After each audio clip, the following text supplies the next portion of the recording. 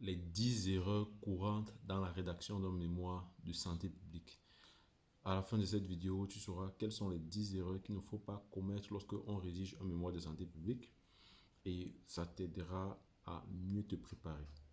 Bonjour à toi et bienvenue sur Parlons de santé publique. Je suis Russell Youssa, spécialiste en santé publique, et dans cette chaîne YouTube, je parle de santé publique. Je partage du contenu relatif aux différents concepts en santé publique. Je partage mes expériences en santé publique également.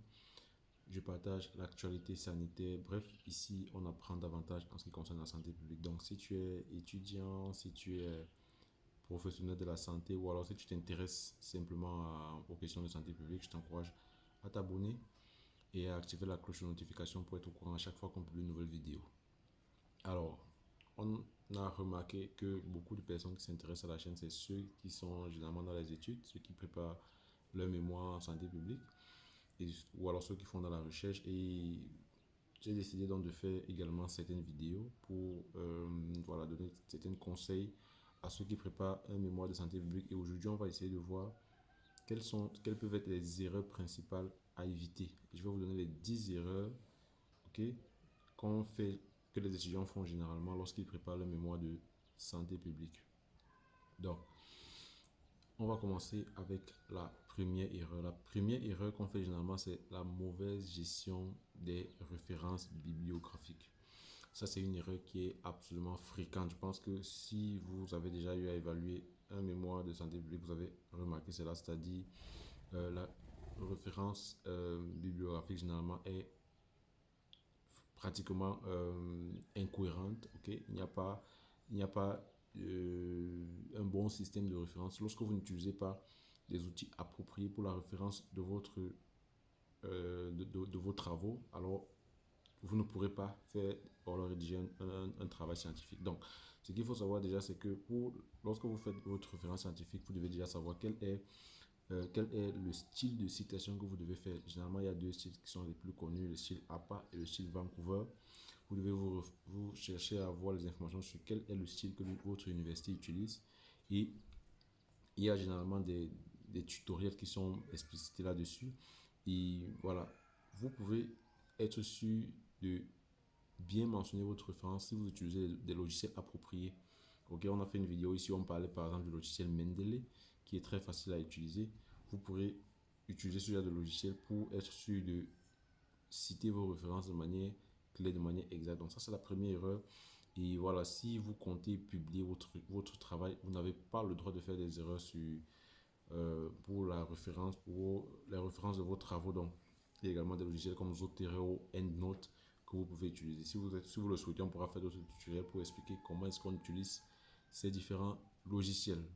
Alors, la deuxième erreur qu'on utilise généralement, c'est l'absence de revue méthodologique.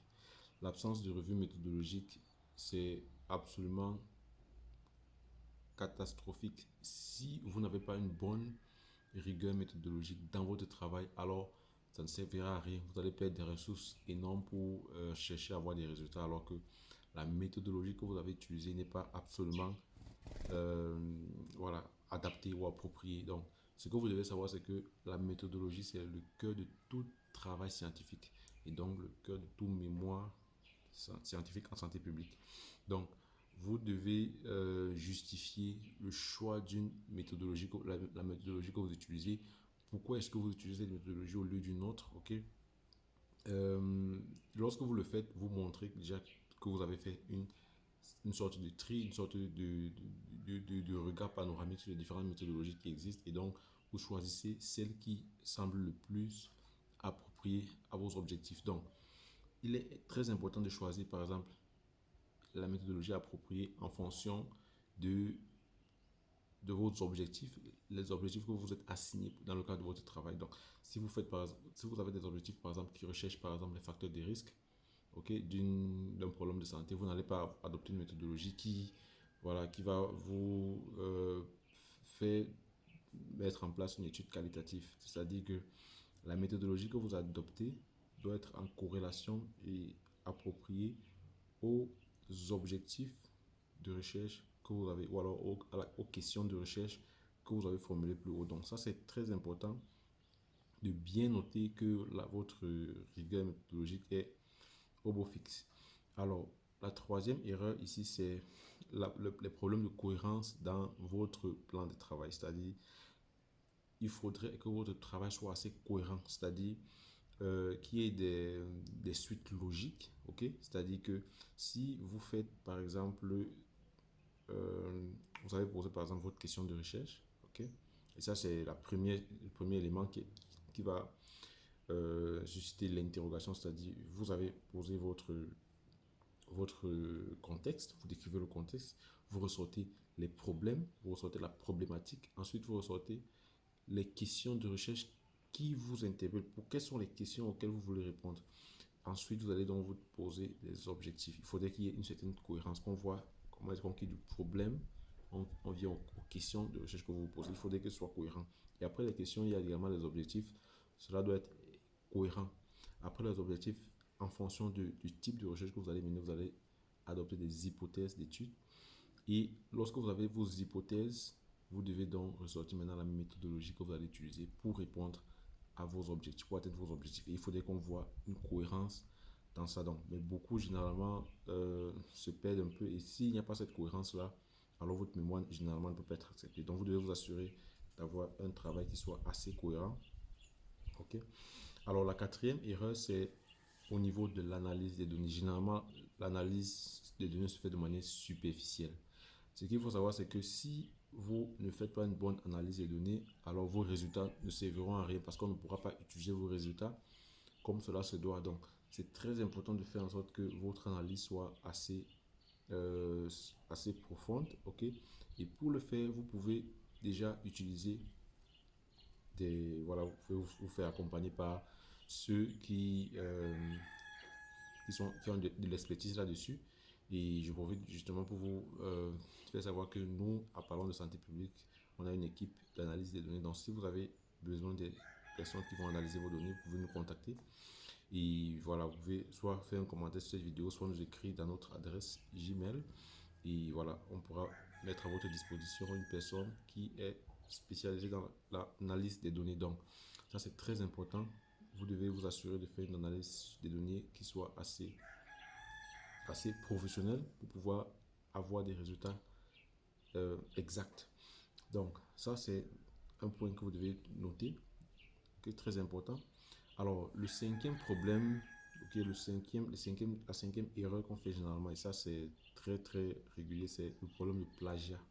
Ok, donc, vous pouvez faire un plagiat. Généralement, lorsqu'on parle de plagiat, on se dit, voilà, le plagiat, c'est volontaire, on allait copier des informations ailleurs pour venir les mettre dans notre travail. Mais ce que vous devez savoir, c'est que le plagiat peut également être involontaire. Et même s'il est involontaire, c'est une faute très grave. C'est-à-dire que vous allez utiliser des phrases, copier-coller des phrases, venir les remettre, ok, et vous n'allez pas citer. C'est-à-dire que vous allez paraphraser voilà, un texte ailleurs, vous allez venir le mettre dans votre travail sans pour autant citer la référence, citer la source dans laquelle vous avez pris ce texte-là. Et ça, c'est une erreur absolument que vous devez éviter, vous devez chercher à éviter.